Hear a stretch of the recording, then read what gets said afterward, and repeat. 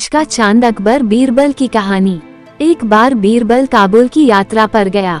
वहाँ की संस्कृति को जानने की उत्सुकता में वो बातों बातों में वहाँ के बारे में लोगों से सवाल करने लगा। कुछ लोगों को बीरबल की बातें सुनकर ये शक हो गया कि वो किसी राज्य का भेदिया है।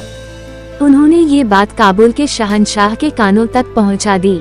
काबुल के शहंशाह ने बिना देर किए बीरबल को गिरफ्तार करने सैनिकों की टुकड़ी भेज दी। बीरबल को गिरफ्तार काबुल के शहंशाह के सामने पेश किया गया। काबुल के शहंशाह ने बीरबल से पूछा, कौन हो तुम?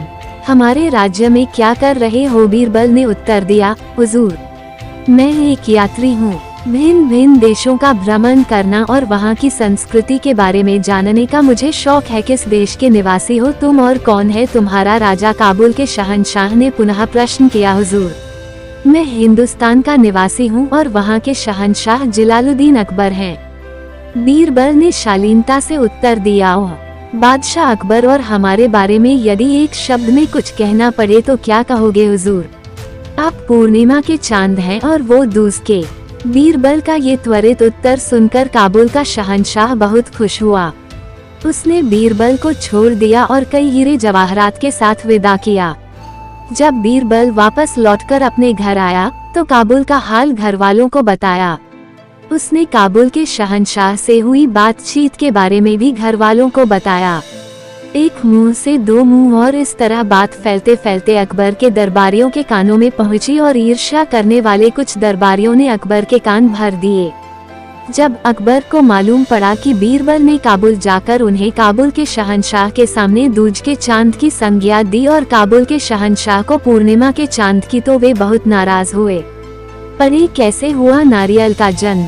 पौराणिक कथा। अगले दिन जब दरबार लगा तो उन्होंने बीरबल पर व्यंग्य बाण छोड़ते हुए कहा, क्यों बीरबल, काबुल जाकर तुम तो काबुल के हो गए। वहाँ का शहंशाह तुम्हें पूर्णिमा का चांद लगता है और हम दूज के। तो फिर तुम हमारे दरबार में क्या कर रहे हो? जिसकी बड़ाई करते हो उसकी के दरबार में रहो। बीरबल समझ गया कि दरबारियों ने अकबर के कान भर दिए हैं।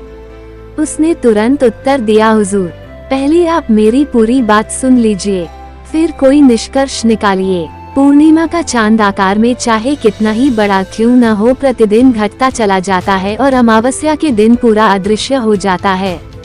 लेकिन दूज का चांद प्रतिदिन बढ़ता जाता है। पूर्णिमा का चांद एक दिन चमकता है और दूज का चांद पूरे पखवाड़े। अब बताइए, बड़ाई किसकी हुई? मैंने तो यही कहा कि दिन प्रतिदिन आपका पराक्रम, साम्राज्य और यश बढ़ता रहे। बीरबल की बात सुनकर अकबर की नाराजगी खत्म हो गई और उन्होंने बीरबल को कई वस्त्र और आभूषण उपहार में दिए। इधर ईर्ष्या करने वाले दरबारी अपना सा मुंह लेकर रह गए।